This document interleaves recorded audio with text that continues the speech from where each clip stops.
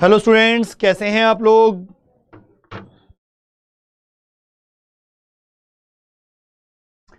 बिल्कुल प्रथम, मैं ठीक हूं बेटा। गुड इवनिंग तन्मय, हिमांशु। रे ऑप्टिक्स हमने खत्म किया था लास्ट क्लास में और हमें स्टार्ट करना था वेव ऑप्टिक्स।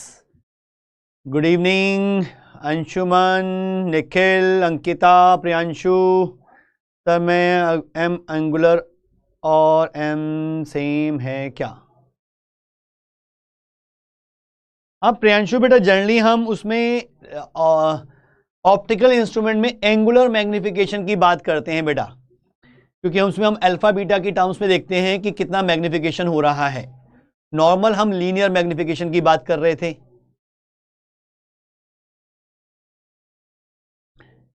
चलो स्टार्ट करते हैं वेव ऑप्टिक्स। और मैंने कहा था कि 11th का जो वेव्स है थोड़ा सा रिवाइज करके आना। क्या आप लोगों ने वो रिवाइज किया? 11th में जो वेव्स चैप्टर पढ़ा था वो रिवाइज करने के लिए मैंने कहा था। क्या आप सब लोगों ने वो रिवाइज कर लिया है? नवनीत, मैं बिल्कुल ठीक हूं बेटा। गुड तन में बेटा, बस मजा आना चाहिए, समझ में आनी चाहिए चीजें बेटा।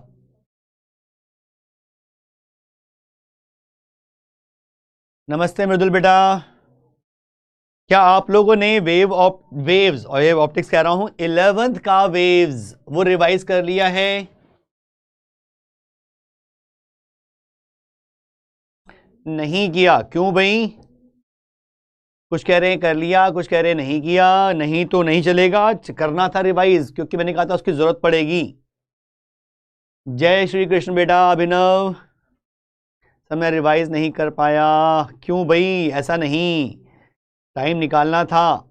चलो थोड़ा सा मैं बता देता हूं उसके बारे में, क्योंकि जो बेसिक बेसिक चीजें जरूरत है वो तो मैं बता देता हूं बेटा। पहले तो आपने वेव इक्वेशन और वेव का ग्राफ पढ़ा होगा। कुछ इस तरह का हम वेव को ड्रॉ करते हैं, इधर एक्स एक्सिस इधर वाई एक्सिस। किसी इंस्टेंट पे हम वेव को ऐसे शो करते हैं। ठीक, मान लेते हैं कि वेव एक्स डायरेक्शन में ट्रेवल कर रही है, पॉजिटिव एक्स डायरेक्शन में, और वाई डायरेक्शन में किसी भी पार्टिकल का एसएचएम है। 11 में पढ़ा ही नहीं था? अरे ऐसा क्यों? कई बच्चों ने 11 में वेव्स ही नहीं पढ़ा, और वेव पढ़ा नहीं, और हम वेव ऑप्टिक्स कर रहे हैं। मतलब एबीसी नहीं पढ़ी और वर्ड्स बनाने सीख रहे हैं। समझो जरा, थोड़ा सा जितना जरूरत है मैं उतना बताऊंगा, क्योंकि पूरा चैप्टर तो हम नहीं पढ़ सकते क्योंकि बड़ा चैप्टर है, लेकिन जितनी जरूरत है उतना तो हम रिवाइज कर लेते हैं। वेव, ये थोड़ा बात आपने छोटी क्लास में भी पढ़ा होगा कि वेव मतलब transportation of energy without actually transportation of matter. 11th में एक्चुअल में आपने मैकेनिकल वेव्स के बारे में पढ़ा था। यहां हम जो बात करेंगे वेव ऑप्टिक्स में, वो ईएम वेव्स की बात करेंगे, इलेक्ट्रोमैग्नेटिक वेव्स, जिसके प्रोपेगेशन के लिए किसी मीडियम की जरूरत नहीं है, बिना मीडियम के भी ट्रैवल कर सकती है और मीडियम के अंदर भी। ठीक है, तो ray optics and ray optics different हैं या ray optics and ray optics, Navneet दोनों ही रे ऑप्टिक्स लिख दिए। Ray optics and wave optics थोड़ा सा अलग है। रे ऑप्टिक्स में तो हम स्ट्रेट लाइन में रे मूव कर रही है वो लेके चलते हैं। यहां कुछ वेव की प्रॉपर्टीज यूज होंगी जो अभी तक हमने रे ऑप्टिक्स में यूज नहीं की थी।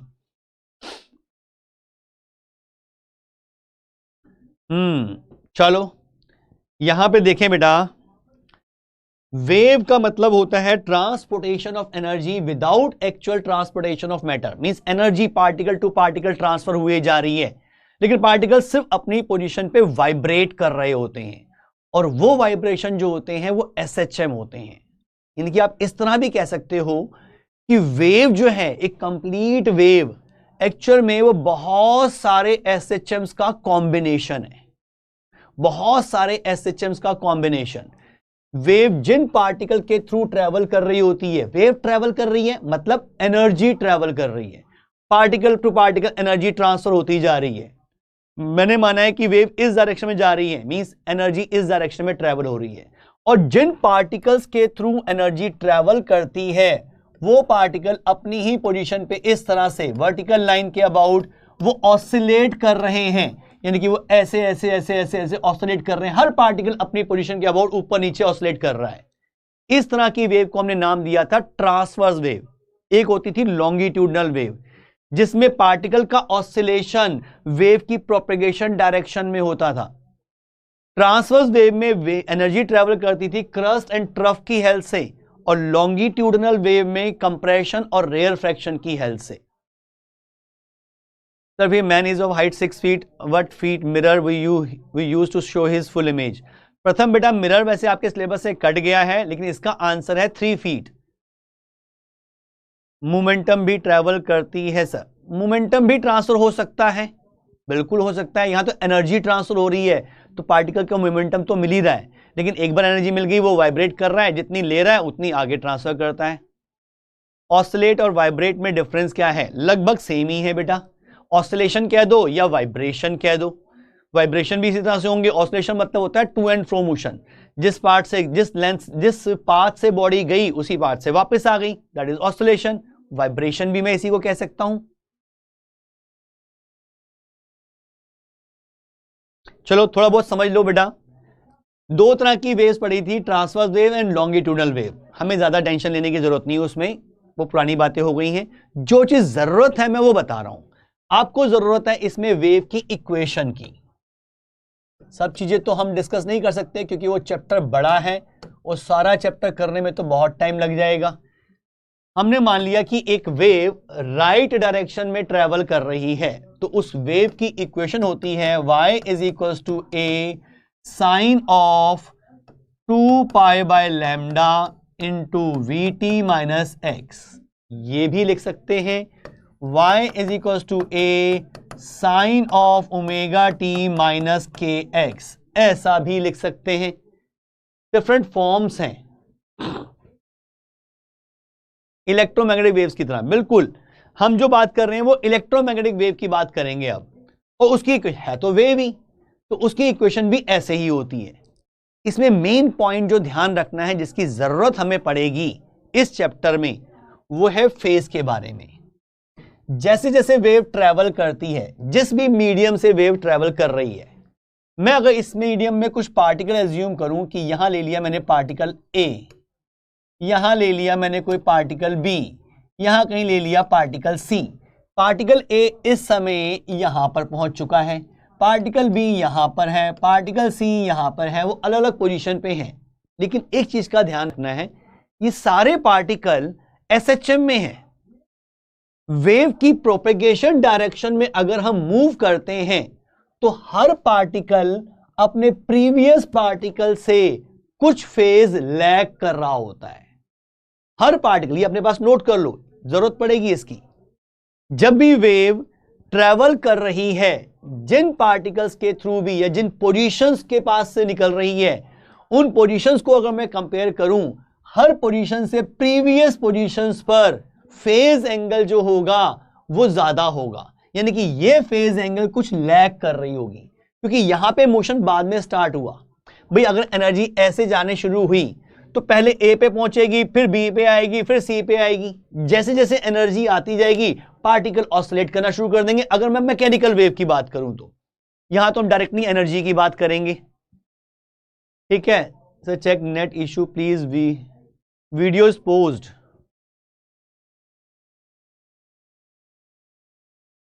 Sir how transversal wave travels without the requirement of particle. Dev बेटा जो इलेक्ट्रोमैग्नेटिक वेव्स हैं, ईएम वेव्स जिसको हम शॉर्ट में कहते हैं, वो सेल्फ प्रोपेगेटिंग होती हैं। उनको मूव करने के लिए किसी मीडियम की जरूरत नहीं होती। इलेक्ट्रिक फील्ड और मैग्नेटिक फील्ड के वेरिएशन से वो सेल्फ प्रोपेगेटिंग है, उनको मीडियम की जरूरत नहीं है। हां अगर मैं मैकेनिकल वेव की बात करूं तो उनको मूव करने के लिए मीडियम की जरूरत पड़ती है। जैसे साउंड वेव पढ़ी थी आपने, साउंड वेव मीडियम में ही ट्रेवल कर पाती है, लेकिन ईएम वेव्स वो तो वैक्यूम में भी ट्रेवल कर सकती हैं। क्या वीडियो पॉज हो गई है?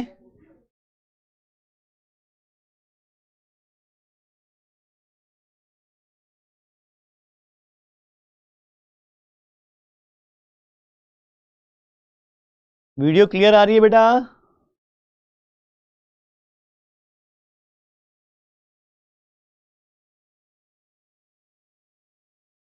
तो why 3 feet and difference between transverse and longitudinal wave. Saurabh chapter 8 मतलब ईएम वेव्स की बात कर रहे हो? ईएम वेव्स में तो हम पढ़ेंगे बेटा, वो एक मैंने बताया था कि एक दिन का चैप्टर है, रटने वाला है, वो करवा दूंगा। मेन जो हमारे लॉजिक वाले चैप्टर हैं, समझने वाले, वो पहले करने तो अच्छा रहेगा। ठीक है, वीडियो ठीक है, चलो हम चलते हैं फिर आगे। ट्रांसवर्स वेव और लॉन्गिट्यूडनल वेव जो आपने 11 में पढ़ी थी, उनमें मेन डिफरेंस ये था कि ट्रांसवर्स वेव में जिस डायरेक्शन में एनर्जी ट्रेवल कर रही होती है, पार्टिकल्स उसके परपेंडिकुलर डायरेक्शन में ऑसिलेट कर रहे होते हैं, और लॉन्गिट्यूडनल वेव्स में जिस डायरेक्शन में एनर्जी ट्रेवल कर रही है, उसी के अलोंग पार्टिकल्स वाइब्रेट कर रहे होते हैं, ऑसिलेट कर रहे होते हैं। ये मेन डिफरेंस था ट्रांसवर्स और लॉन्गिट्यूडनल में। लेकिन हमें जो बात करनी है ईएम वेव्स की, ईएम वेव जो है वो ट्रांसवर्स नेचर की होती है। ईएम वेव ट्रांसवर्स नेचर की है।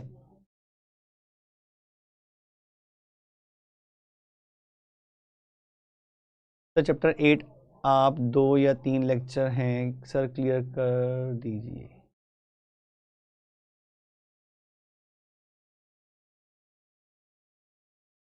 अभिनव बेटा, अगर मैं रियलिटी में कहूं तो ऐसा होता है। ये सब आप 11th वाली बातें पूछ रहे हो मेरे से। वैसे अभिनव, एनर्जी ट्रेवल करते करते कम होती है। क्यों होती है? क्योंकि एटमॉस्फेयर उस वेव की एनर्जी को एब्जॉर्ब करता है। आप सिंपल देखो, साउंड एनर्जी है, साउंड एनर्जी, या मैं कहता हूं कि साउंड वेव ट्रेवल कर रही है। कहां तक ट्रेवल करेगी? अरे एक बहुत बड़ी रोड पे आप खड़े हो जाओ, एक गली के एक एंड पे आप खड़े हो गए, दूसरे एंड पे आपका दोस्त खड़ा है और गली बहुत बड़ी है। एक एंड से चिल्लाओगे, क्या दूसरे एंड पे आवाज पहुंच जाएगी? जरूरी नहीं कि अगर गली लंबी है तो। मींस आपने साउंड वेव प्रोड्यूस की, वो चल रही है, बीच के कुछ लोगों ने सुन लिया लेकिन वहां तक नहीं पहुंची, इसका मतलब वो वेव बीच में डेड हो गई। क्यों हो गई? क्योंकि जब वेव मीडियम में ट्रेवल करती है तो मीडियम उस वेव की एनर्जी को एब्जॉर्ब करता है, उसका एम्पलीट्यूड धीरे धीरे कम होता रहता है और फाइनली वो डेड हो जाती है।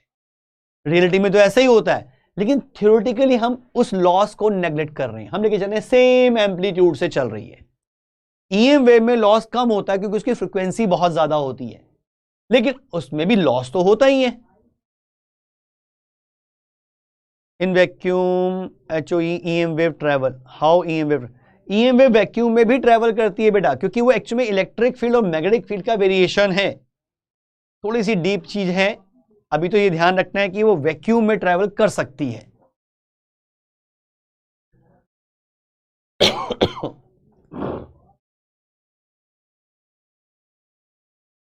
ठीक है।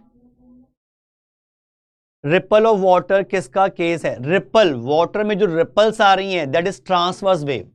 लेकिन वाटर में दोनों तरह की वेव प्रोड्यूस होती हैं। अगर वाटर में हम पत्थर फेंकते हैं तो जो हमें सरफेस पे रिपल्स नजर आ रही हैं दैट इज ट्रांसवर्स वेव, लेकिन उस पत्थर मारने की वजह से अंदर इस तरह की एक वेव भी जाती है दैट इज लॉन्गिट्यूडनल वेव, जो पानी के अंदर की तरफ जा रही है, और जो सरफेस पे ट्रेवल कर रही है दैट इज ट्रांसवर्स वेव।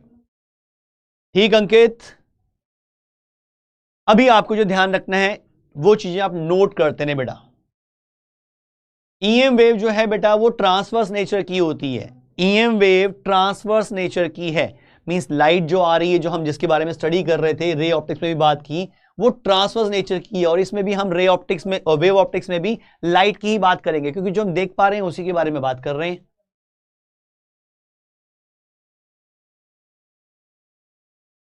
ये एक्स डायरेक्शन, अगर कोई वेव पॉजिटिव एक्स डायरेक्शन में ट्रेवल करती है तो इक्वेशन ये होती है। अगर नेगेटिव एक्स डायरेक्शन में ट्रेवल करती तो यहां माइनस की जगह पे प्लस आ जाता बेटा, तो माइनस की जगह पे प्लस आ जाता। अगर वेव नेगेटिव एक्स डायरेक्शन में ट्रेवल कर रही होती तो यहां माइनस की जगह पर प्लस यूज करते। इनमें भी डिपेंड करता है कि t0 पे क्या सिचुएशन लेके चल रहे हैं, उसके अकॉर्डिंग ये प्लस में लेना है, प्लस π/2 करना है, कॉस में लेना है या माइनस लेना है, ये उन सब पे डिपेंड करता है। हमें उससे कोई फर्क नहीं पड़ रहा। हमें एक जनरल इक्वेशन ध्यान रखनी है, भी ऐसी होती है वेव की इक्वेशन, अगर वो पॉजिटिव एक्स में मूव कर रही है तो। अगर नेगेटिव एक्स में मूव कर रही होती तो यहां पे हम प्लस ले लेते। ठीक है। अब इसमें जो जरूरत पड़ेगी मैं वो बेसिक बता रहा हूं, वो आप साथ साथ नोट करते रहे बेटा। What are these symbols in equation? y तो कह सकते हो डिस्प्लेसमेंट, मींस इस डायरेक्शन का जो डिस्प्लेसमेंट है किसी भी पार्टिकल का वो y है। x जो है यहां पर that is the position of A particle. जैसे मैं b पार्टिकल की बात करूं तो ये उसका x है, a पार्टिकल की बात करूं तो ये उसका x है, ठीक। t टाइम है, v is velocity of wave,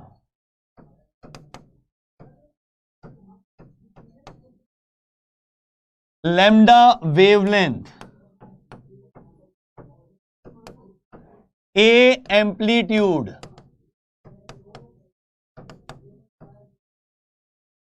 और ओमेगा एंगुलर फ्रीक्वेंसी।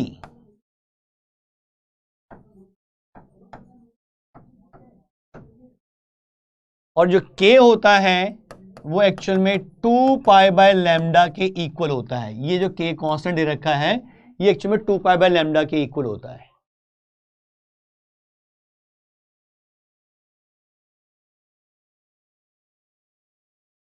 बेसिक से समझ, हाँ बेटा जितनी जरूरत है आपको वेव ऑप्टिक्स में उतना बेसिक तो मैं आपको बता दूंगा। आपको पहला पॉइंट क्या याद ध्यान रखना है कि वेव की प्रोपेगेशन डायरेक्शन में अगर हम मूव कर रहे हैं तो हर पार्टिकल अपने प्रीवियस पार्टिकल से कुछ फेज लैग कर रहा होता है।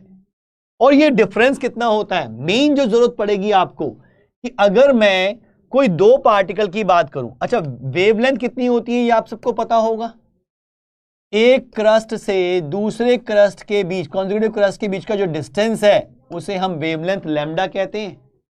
मैं ऐसा भी रिप्रेजेंट कर सकता हूं कि इस पॉइंट से एक वेव यहां पे कंप्लीट हुई, ये डिस्टेंस जो है ये लैम्डा का है, वेवलेंथ जिसे कहते हैं। आपको जो चीज ध्यान रखनी है, हाँ नवनीत बेटा के मतलब वेव नंबर कहते हैं हम, वेव नंबर बिल्कुल, इन सब की जरूरत अब पड़ेगी नहीं, ये 11th में हो गए। अब जो मेन आपको जरूरत पड़नी है वो ये देखनी है कि अगर वेव में दो पार्टिकल्स में पाथ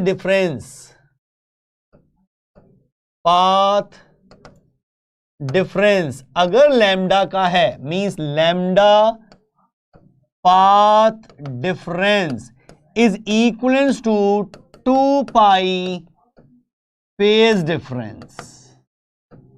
ये चीज आपको याद रखनी है, ये चीज आपको याद रखनी है कि दो पार्टिकल्स में अगर पाथ डिफरेंस लैम्डा का है, उनमें डिस्टेंस लैम्डा का है, तो उनमें फेज डिफरेंस 2 पाई का होगा। उन दोनों में फेज डिफरेंस 2 पाई का होगा। इसका मतलब क्या होता है कि जब इसने मोशन स्टार्ट किया होगा तो इसने अपना एक ऑसिलेशन कंप्लीट कर लिया होगा, और एक ऑसिलेशन कंप्लीट करने का मतलब होता है कि 2 पाई का फेज एंगल कवर करना। बहुत डिटेल नहीं जाना, फिर से मैं वही कह रहा हूं, ये याद कर लोगे आपका काम हो जाएगा वेव ऑप्टिक्स में आराम से, कि दो पार्टिकल्स में अगर पाथ डिफरेंस लैम्डा का है तो उनमें फेज डिफरेंस 2 पाई का होगा। क्या ये क्लियर? अगर पाथ डिफरेंस लैम्डा का है तो फेज डिफरेंस 2 पाई का। बेसिक तो ये ध्यान रखना है बेटा। अंकित बिल्कुल बेटा, अंकित कह रहा था electric field, magnetic field and wave motion तीनों परपेंडिकुलर होते हैं। बिल्कुल, ये हम ईएम वेव में पढ़ेंगे थोड़ा सा।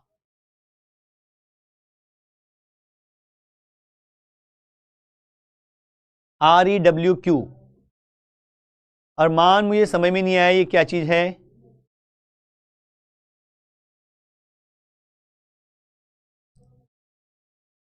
ये थोड़ा सा आइडिया इसका चाहिए। दूसरी चीज आपने ये पढ़ा होगा, मैं फिर रिपीट कर देता हूं, वैसे तो मैं अब फिर बताऊंगा इसके बारे में, कि दो वेव, साउंड में पढ़ा था कि एक वेव ऐसे है और दूसरी वेव मान लो ऐसे ही आ जाती है, इसके ऊपर सुपर इम्पोज होती है।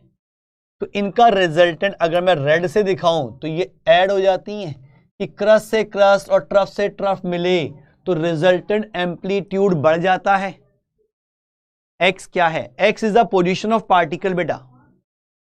एक्स हमने ग्राफ बनाया था, इधर एक्स एक्सिस थी, इधर वाई एक्सिस थी, यही एक्स एक्सिस का एक्स है और ये वाई एक्सिस का वाई। y को हम कहते हैं displacement of the particle from the mean position, किस पार्टिकल का, जो इस x की पोजीशन पर है।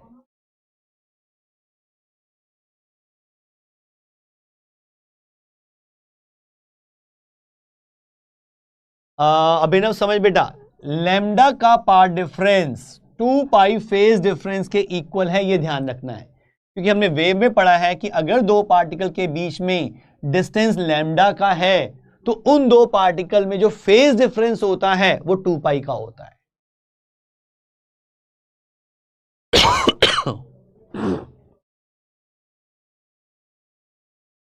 क्लियर?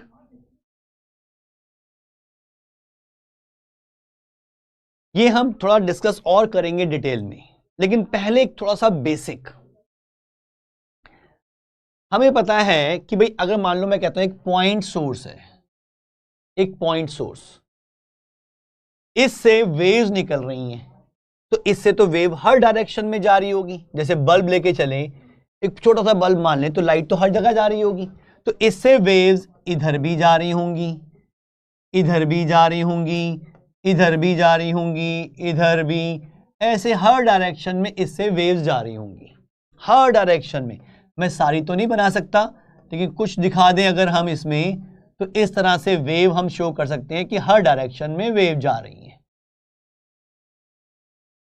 ठीक है, तो अगर मैं इस पॉइंट को O कह दूं जहां पे सोर्स है, तो इससे अगर मैं यहां से लैम्डा डिस्टेंस ट्रेवल करता हूं, यहां पे अगर मैंने लैम्डा डिस्टेंस ट्रेवल किया, तो इन दो के बीच में फेज डिफरेंस 2 पाई का होगा। अगर मैंने इधर लैम्डा मूव किया तो इन दोनों में फेज डिफरेंस 2 पाई का होगा। अगर मैंने लैम्डा इधर मूव किया तो इन दोनों में फेज डिफरेंस 2 पाई का होगा। बिल्कुल प्रथम बेटा, इसी में आएगा यंग्स डबल स्लिट एक्सपेरिमेंट, वही मेन इंपॉर्टेंट है जो आपके बोर्ड एग्जाम में आ सकता है। तो लैम्डा पार्ट डिफरेंस और 2 पाई फेज डिफरेंस एक दूसरे से लिंक्ड हैं, यह समझ में आना जरूरी है। ठीक,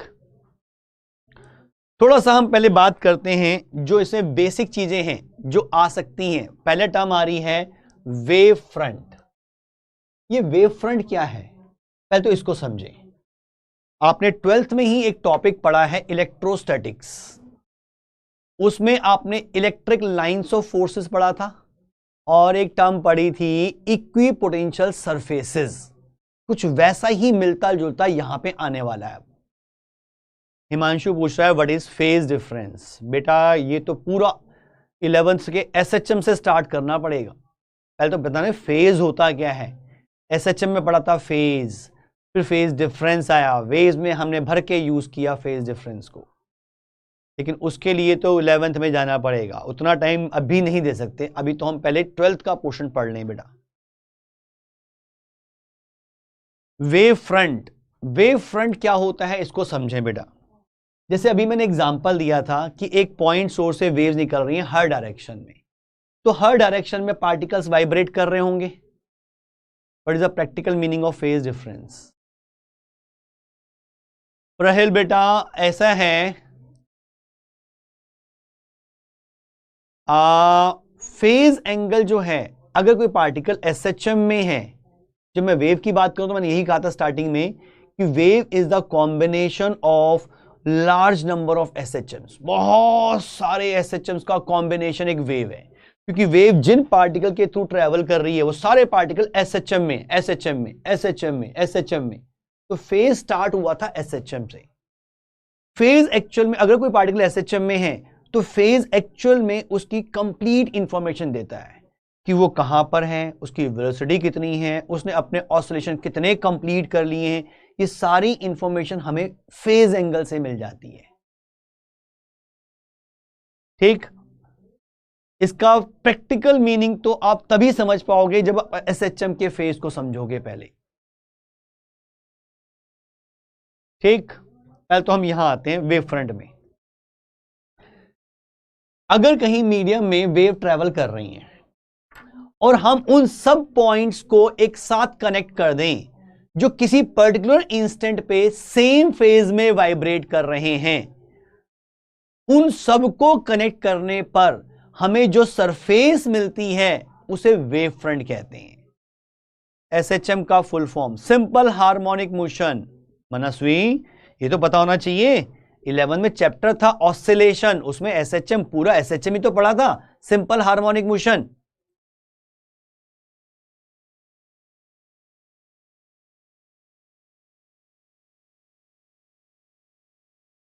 वेव फ्रंट बेटा, वेव फ्रंट कह सकते हैं एक continuous locus of all the points which are vibrating in same phase at a particular time. अब इसकी डेफिनेशन भी लिखवा दूंगा जो आप बोर्ड में लिख सकते हो।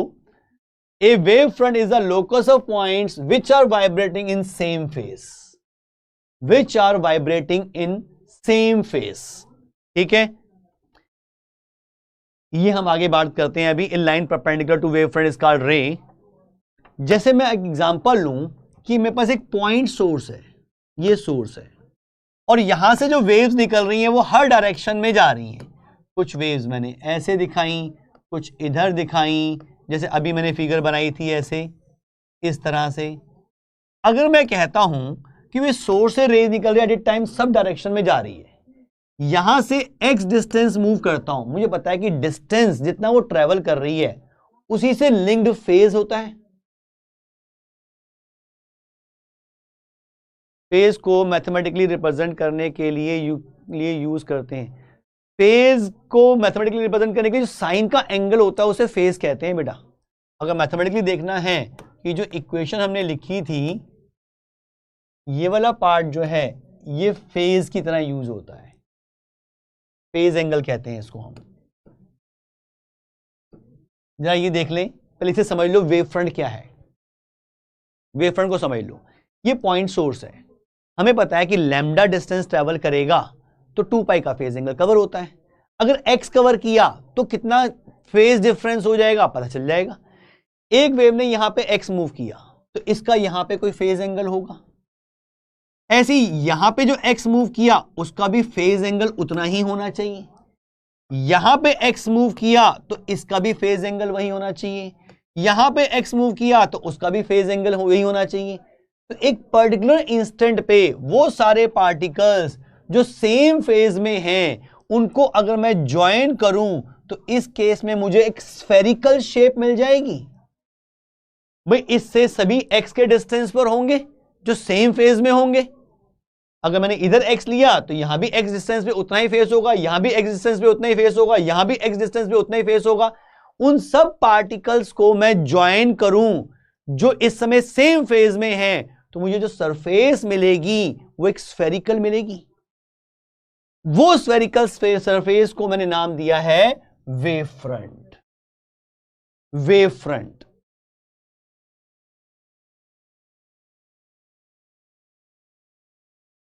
हिमांशु अगर पढ़ रखा है आपने 11th में वेव्स तो 2 दिन में हो जाएगा, और नहीं पढ़ रखा तो भैया 2 हफ्ते चाहिए कम से कम। मिनाल पूछ रहा है व्हाट इज लोकस, ये तो मैथ्स में किया होगा बेटा। लोकस मतलब होता है ऐसा पाथ जहां पे कोई पॉइंट मूव करे और गिवन कंडीशंस को सेटिस्फाई करते हुए, उसे लोकस कहते हैं। एक पॉइंट किसी पर्टिकुलर पाथ पे मूव कर रहा है और उस पाथ के हर पॉइंट उस कंडीशन को सेटिस्फाई कर रहा है जो क्वेश्चन में दे रखी है।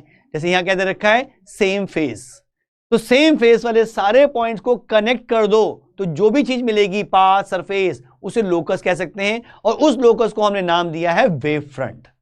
A wave front is a locus of points which are vibrating in same phase. बिल्कुल बेटा, ये इक्विपोटेंशियल सरफेस जैसा ही, अभी लिंक करवा देता हूं। और वेव जो हम यूज कर रहे हैं ईएम वेव, अरे उसकी वेवलेंथ तो बहुत छोटी सी है, तो मैं बड़ी सी दिखा रहा हूं, बहुत छोटी, वो ऐसे दिखा सकते हैं, आपको नजर ही नहीं आएगी घूमती हुई, इतनी छोटी वेवलेंथ होती है। तो उसको हम स्ट्रेट लाइन की तरह मानते हैं। मींस अगर मैं एक पॉइंट सोर्स लेकर चलता हूं तो उसकी रेज को मैं ऐसे दिखा सकता हूं। तो वेव फ्रंट जो होती है हमेशा इन रेज के परपेंडिकुलर होती है, यानी कि इस पॉइंट सोर्स के लिए जो वेव फ्रंट बनेगी वो स्फेरिकल बनेगी। वो स्फेरिकल आप लिंक कर सकते हो। अगर यहां पे चार्ज होता पॉजिटिव चार्ज। तो ये जो व्हाइट कलर से मैं ड्रॉ कर रहा हूं, जिनको मैं रेज कह रहा हूं, उनको आप इलेक्ट्रिक लाइंस कह सकते थे। और जिसको मैं वेव फ्रंट कह रहा हूं, उसको आप इक्विपोटेंशियल सरफेस कह सकते थे, क्योंकि ये इसके परपेंडिकुलर ही होंगी। और उसमें भी यही चीज थी, electric lines are always perpendicular to equipotential surface. बिल्कुल वही प्रॉपर्टी यहां भी आ रही है।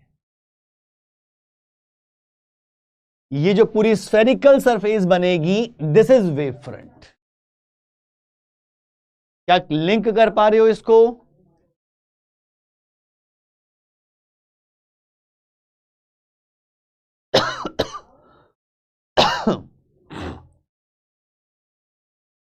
ऐसे ही अगर मैं पॉइंट सोर्स की बजाय, बिल्कुल वही लिंकिंग आपने वहां भी किया था, अगर पॉइंट चार्ज हो तो उसकी इक्विपोटेंशियल सरफेस स्फेरिकल होती हैं। यहां पे वेव फ्रंट स्फेरिकल हो गई, यहां पे पॉइंट सोर्स है। आपने पढ़ा था अगर एक लाइन चार्ज है, एक लाइन चार्ज की इक्विपोटेंशियल सरफेस कैसे पड़ी थी? लाइन चार्ज की इक्विपोटेंशियल सरफेसेस वो पड़ी थी आपने सिलिंड्रिकल। तो यहां पर एक लाइन चार्ज के लिए या लाइन सोर्स के लिए ये सोर्स है, यानी कि इस पूरे से वेव्स निकल रही हैं, तो इसके लिए वेव फ्रंट जो होगी वो सिलिंड्रिकल होगी। बिल्कुल वैसे ही लिंकिंग है, ठीक है।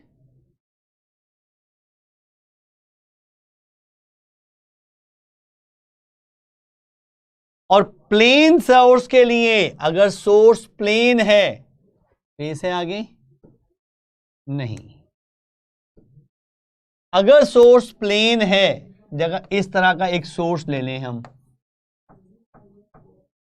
सोर्स, तो उसके लिए वेव फ्रंट इसी के प्लेन सरफेसेस हो जाएंगी। वेव फ्रंट इसी के पैरेलल प्लेन्स जो होंगे वो वेव फ्रंट होंगी। बिल्कुल वैसा ही जैसे इलेक्ट्रिक फील्ड में आपने पढ़ा था इलेक्ट्रिक लाइंस और इक्विपोटेंशियल सरफेस के लिए, बस इलेक्ट्रिक लाइंस को हमने रिप्लेस कर दिया रे से, और इक्विपोटेंशियल सरफेस को रिप्लेस कर रहे हैं वेव फ्रंट से। लाइन सोर्स के लिए बेटा वेव फ्रंट जो होती हैं वो सिलेंड्रिकल होती हैं, क्योंकि इसमें रेज जो दिखाएंगे वो इस तरह से दिखाएंगे।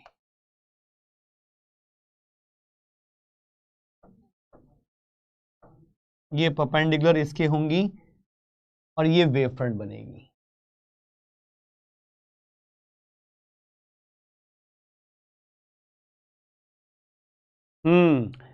अंकित पूछा पोटेंशियल डिफरेंस जीरो होता मगर वेव में क्या होता है? देख बेटा, वहां आपने पढ़ा था कि इक्वी पोटेंशियल सरफेस के दो पॉइंट्स में पोटेंशियल डिफरेंस सेम होता है, क्योंकि नाम ही दे रखा है इक्वी पोटेंशियल, मींस उस पूरी सरफेस पे सबका पोटेंशियल सेम, तो पोटेंशियल डिफरेंस जीरो होता है। मैं ये कह रहा हूं वेव फ्रंट के किन्हीं भी दो पॉइंट्स के बीच में फेज डिफरेंस जीरो होगा। वेव फ्रंट के किन्हीं भी दो पॉइंट्स में, वेव फ्रंट के किन्हीं भी दो पॉइंट्स में फेज डिफरेंस जीरो होगा, ठीक। Why wave front are perpendicular, वही रीजन है बेटा। पॉइंट सोर्स से देखो, अगर मैं एक्चुअल में रेज दिखाऊं, जैसे ये दिखाया था, तो बड़े बड़े वेवलेंथ दिखा दी, एक्चुअल में देखें भाई ये सोर्स है, पॉइंट सोर्स, तो वेव तो ऐसे जा रही होंगी। आपने ये भी पढ़ा है कि रे तो है वो तो स्ट्रेट चलती हैं, तो मैं इसे सीधी रे कह सकता हूं, इसे सीधी रे कह सकता हूं, इसे सीधी रे, इसे सीधी रे, सीधी रे, सीधी रे, सीधी रे। अब देख, यहां पे अगर मैं x डिस्टेंस पर एक पॉइंट लूं, यहां से x डिस्टेंस पे एक पॉइंट लूं, यहां से x डिस्टेंस पे एक पॉइंट लूं, इन सब पॉइंट को ज्वाइन करूंगा तो मुझे एक स्फीयर मिलेगा। और ये सब लाइंस जो हैं ये सब उसके रेडियस के अकॉर्डिंग होंगी, और हमें बताया कि रेडियस जो होता है वो स्फीयर पे हमेशा परपेंडिकुलर होता है।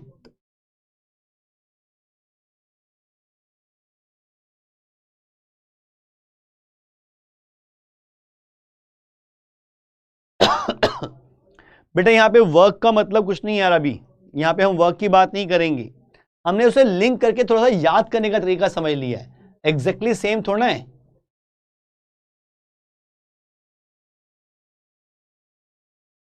क्लियर? तो ये तीनों केसेस आपको ध्यान रखने हैं वेव फ्रंट के लिए। ये आता है एग्जाम में 1 नंबर में। पॉइंट सोर्स की वेव फ्रंट कैसी होगी? स्फेरिकल। लाइन सोर्स की वेव फ्रंट कैसे होगी? सिलेंड्रिकल।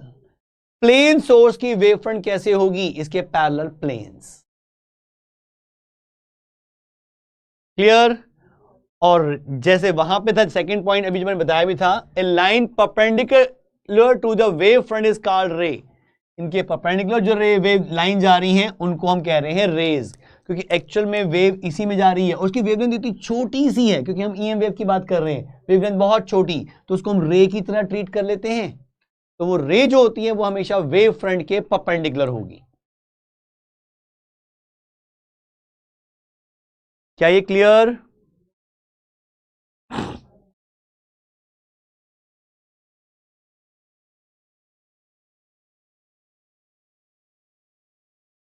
नोट कर लिया? तो आगे चलें। नेक्स्ट हमें जो पढ़ना है हाइगन्स प्रिंसिपल। हाइगन प्रिंसिपल भी कह देते हैं, कुछ लोग बच्चे हाइजन प्रिंसिपल बोलते हैं, जैसा भी प्रोनाउंस करना चाहो, हाइगन और हाइजन।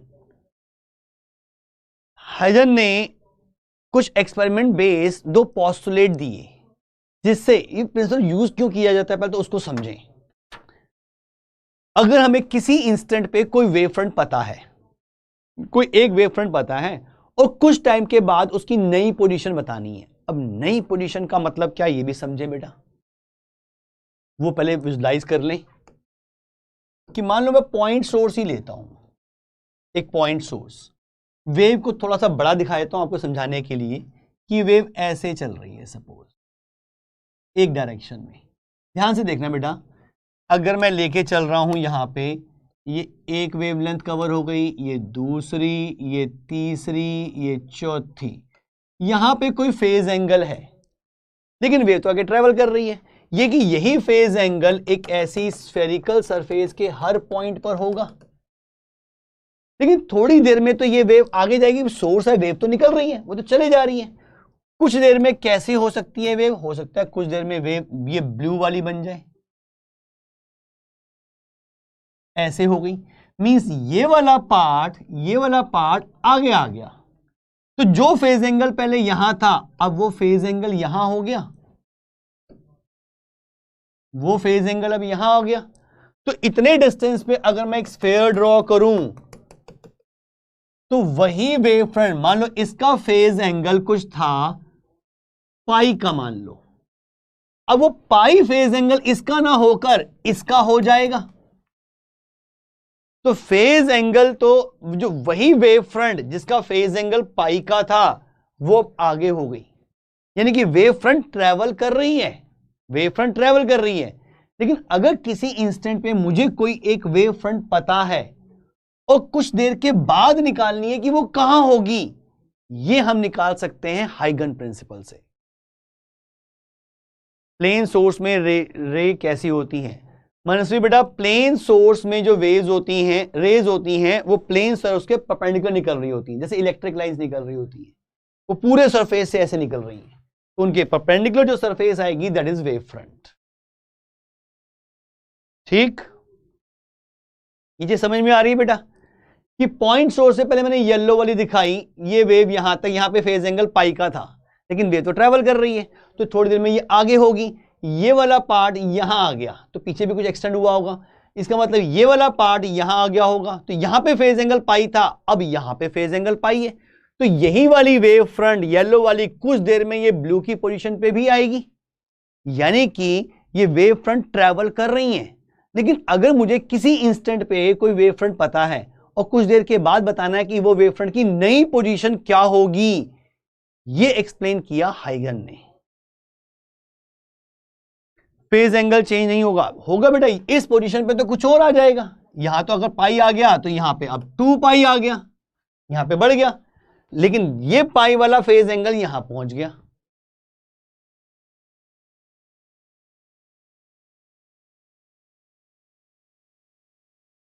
तो जरूरी है पाई ही होगा? नहीं, कुछ भी हो सकता है। मैंने एक एग्जांपल लिया है बेटा कि अगर यहां पाई है तो यहां भी वही चीज यहां पे कुछ देर के बाद आगे पहुंचेगी।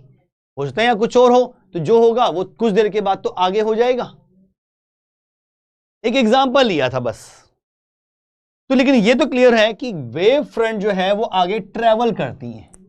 एक पर्टिकुलर फेज की वेव फ्रंट, अगर पॉइंट सोर्स लेके चल रहा हूं, एक पर्टिकुलर फेज की वेव फ्रंट ऐसे बन रही है, कुछ देर में वो यहां हो जाएगी, यहां कोई और फेज की आ जाएगी, और ये वाली कुछ और आगे बढ़ जाएगी।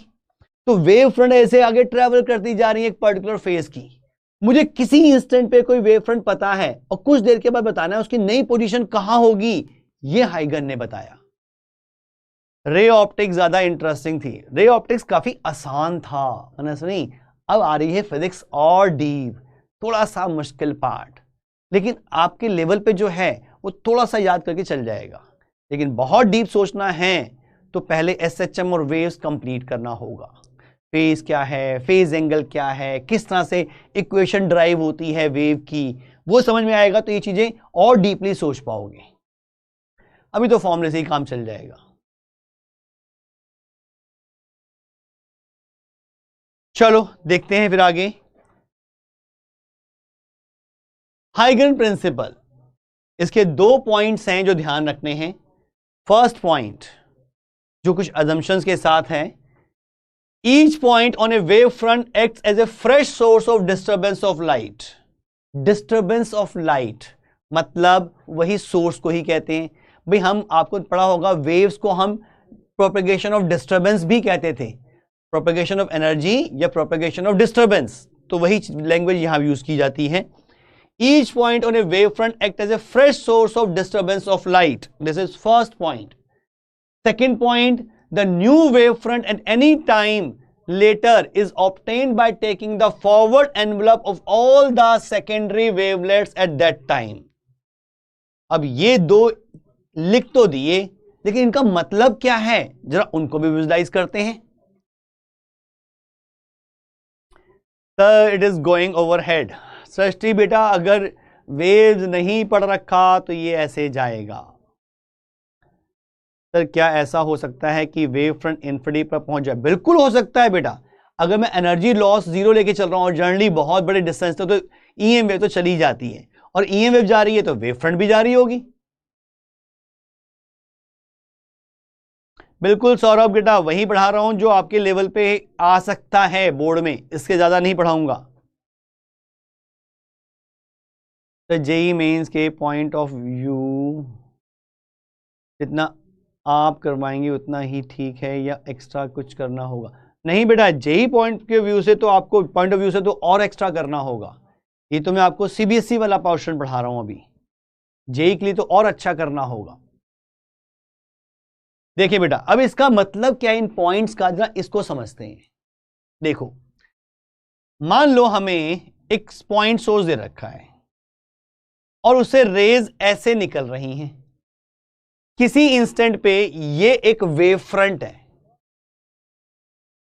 किसी इंस्टेंट पे ये वाली एक वेव फ्रंट है जिसके परपेंडिकुलर ये रेज जा रही होंगी। ठीक ऐसी लाइंस के परपेंडिकुलर तो ऐसी सरफेस आएगी। तो फर्स्ट पॉइंट क्या कहता है, each point on a wave front acts as a fresh source of disturbance, means wave के नए सोर्स की तरह काम करेगा।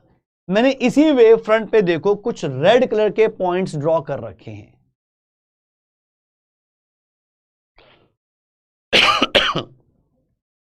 हिमांशु बेटा अगर नहीं पढ़ रखा 11th का तो जितना पढ़ा रहा हूं उतना याद करना है, क्योंकि बोर्ड के एग्जाम में तो लिखना पड़ेगा, आएगा तो। ऐसा तो नहीं कि हमने नहीं पढ़ रखा तो हम नहीं लिखेंगे जी, हमने 11th में पढ़ाया नहीं गया। जो है सिलेबस में कम से कम वो तो याद करना पड़ेगा। समझने की कोशिश करो।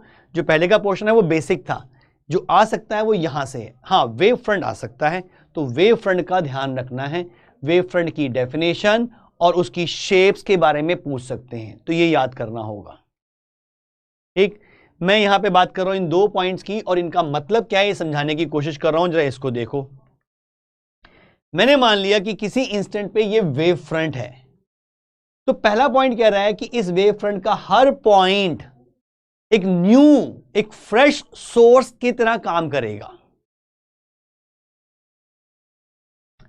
ठीक है, एक फ्रेश सोर्स की तरह काम करेगा। तो अगर ये एक पॉइंट सोर्स बनता है तो यहां से भी रेज निकलनी चाहिए, मींस इसकी भी एक वेव फ्रंट बननी चाहिए। ये पॉइंट सोर्स है तो इसकी भी वेव फ्रंट बननी चाहिए स्फेरिकल, पॉइंट सोर्स की तो वेव फ्रंट स्फेरिकल होती है, मींस इसके लिए भी स्फेयर, इसके लिए भी स्फेयर, इसके लिए भी स्फेयर, सबके लिए स्फेयर बनेगा। तो इसकी हमने इनको पॉइंट सोर्स मानकर ऐसे इनकी वेव फ्रंट बना दी, जो एक्चुअल में पॉइंट सोर्स नहीं है, ये तो एक पॉइंट्स हैं वेव फ्रंट निकालने के, एक्चुअल पॉइंट सोर्स तो ये था। पहली वाली ये ब्लू वाली वेव फ्रंट थी, वेव फ्रंट के हर पॉइंट को अगर मैं एक नया सोर्स मान लूं तो उससे भी वेव फ्रंट बना सकता हूं। इनको हम कहते हैं वेवलेट्स। क्या नाम देते हैं? वेवलेट्स। ये जो बनाई है सर्कुलर, इसे कहते हैं वेवलेट्स। ये सर्कल बन रहे हैं, ठीक। सेकेंड पॉइंट क्या कह रहा है? The new wave front at any time later is obtained by taking the forward envelope of all the secondary wavelets at that time. These all are wavelets or secondary wavelets. इन पर एक tangential surface means एक envelope जिसे कह रहे हैं, envelope मतलब एक ऐसा सरफेस जो इनको कवर कर रहा है। तूने कुछ बनाई है तो बहुत सारी होंगी, बहुत पॉइंट्स तो बहुत सारे हैं, मैंने तो कुछ ही पॉइंट दिखाए हैं। अगर मैं सारे पॉइंट दिखाने की कोशिश करूं तो बहुत क्लोज क्लोज क्लोज क्लोज ऐसे स्फीयर बन जाएंगे। इस स्फीयर पे अगर ध्यान से देखें तो दो टेंजेंशियल सरफेस आ सकती हैं, एक आगे और एक पीछे। उसने क्या कहा? The new wave front at any time later is obtained by taking the forward, कौन से वाला? फॉरवर्ड एनवलप, यानी कि आगे वाला एनवलप, पीछे वाला नहीं। आगे वाला एनवलप जो है वो आपको सेकेंडरी वेवलेट और सेकेंडरी वेव फ्रंट देगा। सेकेंडरी वेव फ्रंट का मतलब वेव फ्रंट की नई पोजीशन। ये जो पहला ब्लू बनाया था, ये पहला ब्लू जो बनाया था मैंने, ये था, इसे हम कहते हैं primary wave front.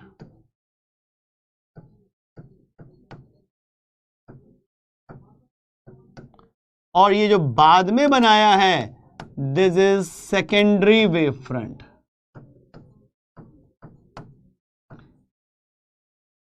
Secondary wave front का मतलब इसी वेव फ्रंट की नई पोजीशन कुछ टाइम के बाद, इसी प्राइमरी वेव फ्रंट की ही नई पोजीशन कुछ टाइम के बाद ये मिल जाएगी। मैं रिपीट कर रहा हूं, फिर समझ लें इसको।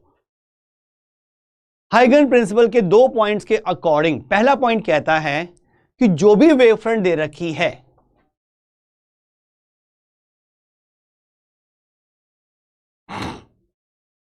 जो भी वेव फ्रंट दे रखी है उसका हर पॉइंट एक न्यू सोर्स का काम कर रहा है। अगर वो न्यू सोर्स है तो उससे वेव निकलेंगी, ये सोर्स है इससे वेव निकलेंगी, ये सोर्स है इससे वेव निकलेंगी। तो हर पॉइंट को सोर्स मानते हुए कुछ उनकी वेव फ्रंट्स ड्रॉ करो, उन्हें नाम दिया गया वेवलेट्स। और उन सब वेवलेट्स पर अगर मैं देखूं ऐसे बहुत सारी बॉल्स रख दूं, ऐसे में बहुत सारी, तो उन बॉल्स पे एक टेंजेंशियल सरफेस आगे आएगी, एक टेंजेंशियल सरफेस पीछे आएगी। लेकिन सेकंड पॉइंट कहता है कि फॉरवर्ड डायरेक्शन में जो एनवलप है, यानी कि फॉरवर्ड डायरेक्शन में जो टेंजेंशियल सरफेस है, वही सेकेंडरी वेव फ्रंट है। मींस इस प्राइमरी वेव फ्रंट की नई पोजीशन कुछ टाइम के बाद वो यही होगी। अब कुछ टाइम, कितने टाइम के बाद भाई? आर्यन बेटा अभी तो स्टार्ट हुआ है आज चैप्टर, अभी से पूछना शुरू कर दिया सर ऑप्टिक्स में अभी कितने लेक्चर बचे हैं। पढ़ तो लो, लेक्चर ही काउंट करोगे, सीखोगे, सीखने पे ध्यान दो।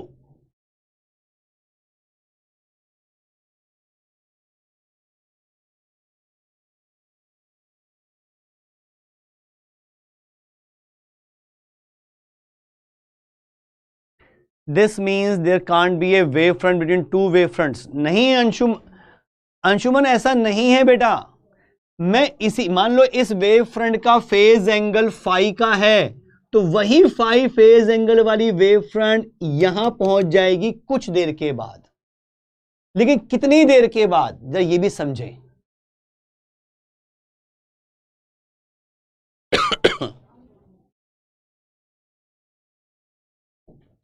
मान लो ये वेव फ्रंट है, मुझे पता है इस वेव फ्रंट का हर पॉइंट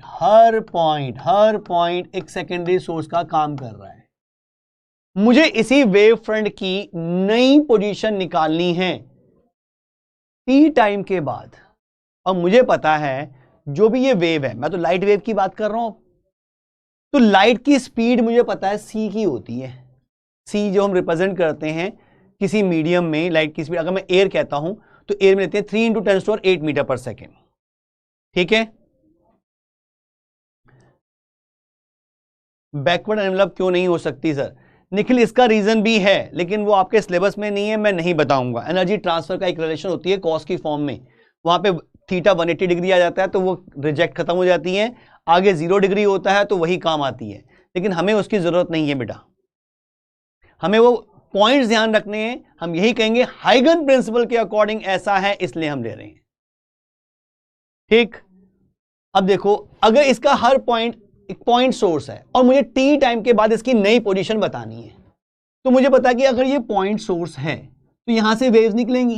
अरे टी टाइम में कितना डिस्टेंस ट्रेवल कर लेंगी अगर उसकी स्पीड सी की है, तो मैं कहूंगा भाई स्पीड इनटू टाइम, इतना डिस्टेंस ट्रेवल कर लेंगी। तो मैंने क्या किया, इतने डिस्टेंस इधर भी ट्रेवल करेगी, इधर भी, इधर भी, इधर भी, इधर भी, इधर भी, हर जगह करेगी अगर मैं इसको पॉइंट सोर्स मान रहा हूं तो मैंने क्या किया, सीटी का डिस्टेंस लेकर, सीटी का डिस्टेंस रेडियस की तरह यूज करके एक स्फीयर बना दिया, इसको सेंटर मान के। अगर ये पॉइंट सोर्स है तो सीटी का डिस्टेंस मीन सीटी इधर इधर इधर इधर इधर इधर इधर इधर कहीं भी ट्रेवल कर सकती है। ऐसी सीटी का डिस्टेंस रेडियस की तरह यूज करके हर पॉइंट से मैंने ऐसे स्फीयर बना दिए, ऐसे स्फीयर बनाने शुरू कर दिए। हर पॉइंट सोर्स को लेते हुए ऐसे बहुत सारे स्फीयर्स बन जाएंगे, क्योंकि पॉइंट्स तो बहुत सारे हैं, पॉइंट्स तो मैं काउंट भी नहीं कर सकता, इतने सारे पॉइंट से ये स्फीयर बन गया। तो इन सबको हमने क्या कह दिया, वेवलेट्स। वेवलेट्स, इन वेवलेट्स पर अगर ये वेव इस तरह ट्रेवल कर रही थी तो इन वेवलेट्स पे वो टेंजेंशियल सरफेस जो फॉरवर्ड डायरेक्शन में ड्रॉ की गई है वो आ जाएगी सेकेंडरी वेव फ्रंट। लेकिन आपसे कहा जाए भाई टी डिस्टेंस के बाद नहीं निकालनी, मुझे तो t/2 डिस्टेंस के बाद t/2 टाइम के बाद निकालनी थी। कोई बात नहीं, आपके पास ओरिजिनल वेव फ्रंट ये थी, आप कह रहे जी टी के बाद नहीं निकालो, टी जो भी था t/2 पे निकालो। तो t/2 पर अगर इसके सारे सोर्स लेके चलता हूं, कितना डिस्टेंस ट्रेवल किया होगा, ct/2। ct/2, तो ct/2 के रेडियस लेकर स्फीयर ड्रॉ कर दो, ऐसे बहुत सारे स्फीयर्स हो जाएंगे।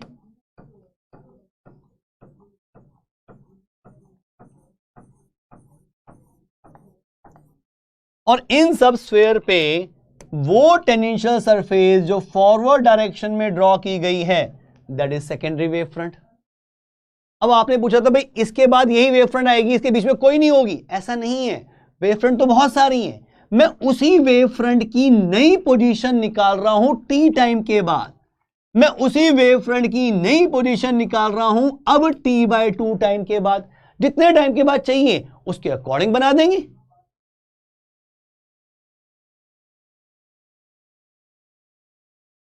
तो ये छोटे वाले स्फीयर किसी किसी का किसी में सोर्स में से तो आए होंगे, या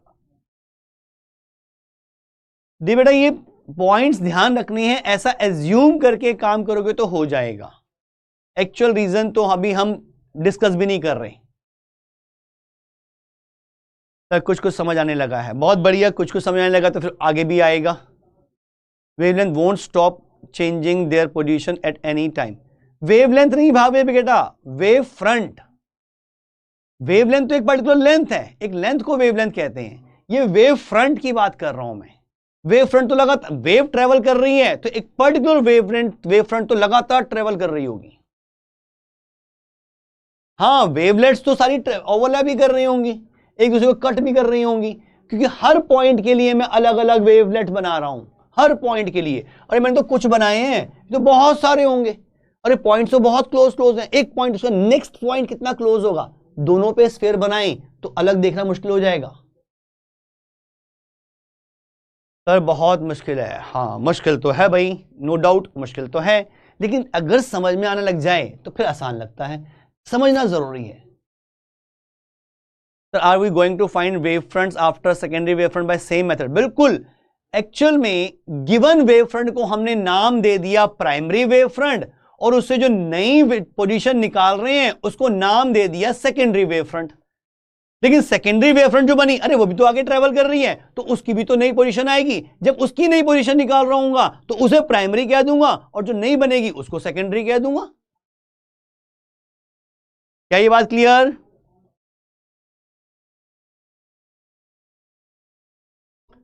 तो ये पॉइंट्स वेवलेट बना रहे हैं और इनसे वेव फ्रंट बन रही है, बिल्कुल बेटा। तो ये प्रोसेस हाइगन प्रिंसिपल का, हाइगन प्रिंसिपल फिर रिपीट कर देते हैं। अगर ये समझ में आ गया, नहीं आया तो आगे के दो डेरिवेशन समझ नहीं आएंगे, तो इसको फिर समझ लो। किसी भी वेव फ्रंट की कुछ टाइम के बाद नई पोजीशन ढूंढनी है, कहां गई वो वेव फ्रंट, अब कहां है। एक वेव फ्रंट ऐसी थी कि उसके, हमने कहा था वेव फ्रंट एक ऐसे पॉइंट का लोकस है, या वेव फ्रंट पे जो सारे पॉइंट्स होते हैं वो सेम फेज में वाइब्रेट कर रहे होते हैं। तो मैंने कहा कि मेरे पास एक ऐसी वेव फ्रंट है जिसमें सारे पॉइंट्स जो हैं फाई के फेज एंगल पे वाइब्रेट कर रहे हैं, मींस उस समय उनका फेज एंगल फाई का है। अब कुछ देर के बाद देखा तो वो वाली फाई फेज जहां पर है वो वहां पे नहीं है, कहीं और है। तो नई पोजीशन कैसे निकालूं, समझ नहीं आया। ये हाइगन ने हमें बताया, हाइगन ने हमें बताया कि जो भी वेव फ्रंट दे रखी है उसके हर पॉइंट को एक सेकेंडरी सोर्स, एक न्यू सोर्स की तरह यूज करो और उससे डिस्टरबेंस निकालो, मींस उससे वेव्स निकालो। जितने टाइम के बाद चाहिए उतने टाइम तक उसने कितना डिस्टेंस ट्रेवल किए होंगे उसके अकॉर्डिंग वेवलेट्स ड्रॉ कर लो, और उन सभी वेवलेट्स पर tangential surface in the forward direction वो आपको सेकेंडरी वेव फ्रंट दे देगी।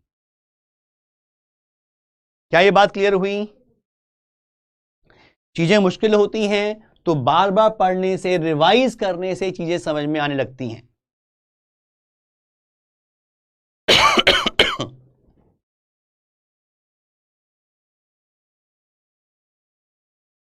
सुशांत कह रहा है सर सच बताओ आज का बहुत कम समझ आया। हाँ टॉपिक ही ऐसा है बेटा। Sir wavelets and wave front same.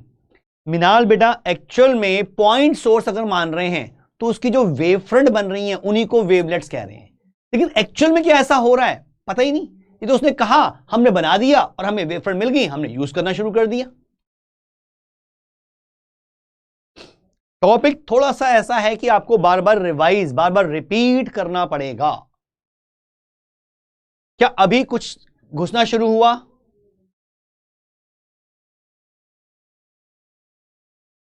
Himanshu कह रहा है ये तो इजी है, अब समझ में आया, understand it very clearly sir. Sir मुझे तो समझ आ गया है, गया आज का। बहुत बढ़िया आकाश। सुफियान भी कह रहा है इजी, बहुत बढ़िया। जो समझ में आना चाहिए बेटा, क्या रिपीट करने की जरूरत है फिर से? अच्छा टॉपिक है लेकिन बोर्ड में आ सकता है तो पता होना चाहिए भी क्या है।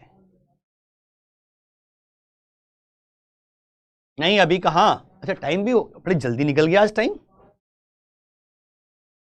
अरे अभी तो स्टार्ट ही किया था, एक और देख लो फटाफट। हाँ नवनीत बेटा, अगर मुझे इसके आगे इसकी नई पोजीशन और बतानी है फिर से यही प्रोसेस कर लेंगे, फिर से यही प्रोसेस कर लेंगे तो इसकी नई पोजीशन मिल जाएगी कुछ टाइम के बाद। ऐसे ही अगर मुझे वेव फ्रंट ऐसे दे रखी होती, देखो भाई मान लो एक प्लेन वेव फ्रंट दे रखी होती ये ब्लू वाली, तो इसमें भी मैंने कुछ पॉइंट सोर्स मान लिए फर्स्ट पॉइंट के अकॉर्डिंग, इससे भी मैंने वेवलेट्स ड्रॉ कर दी, वेवलेट्स ड्रॉ कर दी। फिर इन वेवलेट्स पे जो टेंजेंशियल सरफेस होगी इन द फॉरवर्ड डायरेक्शन, दो बनाई है, डॉटेड वाली नहीं लेंगे क्योंकि वो बैकवर्ड डायरेक्शन में है। फॉरवर्ड डायरेक्शन में जो टेंजेंशियल सरफेस होगी that is secondary wave front, या न्यू वेव फ्रंट कह सकते हैं उसको हम। वेवलेट्स की भी तो वेवलेट्स होंगी, वेवलेट्स की भी वेवलेट्स, ऐसे इतना मत सोचो, कंफ्यूज हो जाओगे। अच्छा आकाश, तभी मैं कहूँ इतनी जल्दी टाइम कैसे निकल गया। क्या ये बातें समझ में आ रही हैं? ये 2 पॉइंट्स ध्यान रखने हैं, ये 2 पॉइंट्स ध्यान रखने हैं, और ये प्रोसेस, क्योंकि नेक्स्ट डेरिवेशन, नेक्स्ट एक्सप्लेनेशन हम जो हमने करना है वो इसी पे बेस्ड है, और वो आ सकता है आपके बोर्ड एग्जाम में। रिफ्लेक्शन और रिफ्रैक्शन हम ऑलरेडी पढ़ चुके हैं। हमने कहा था भी आई एंगल आर एंगल के बराबर होता है रिफ्लेक्शन में, और रिफ्रैक्शन में किया था स्नेल्स लॉ।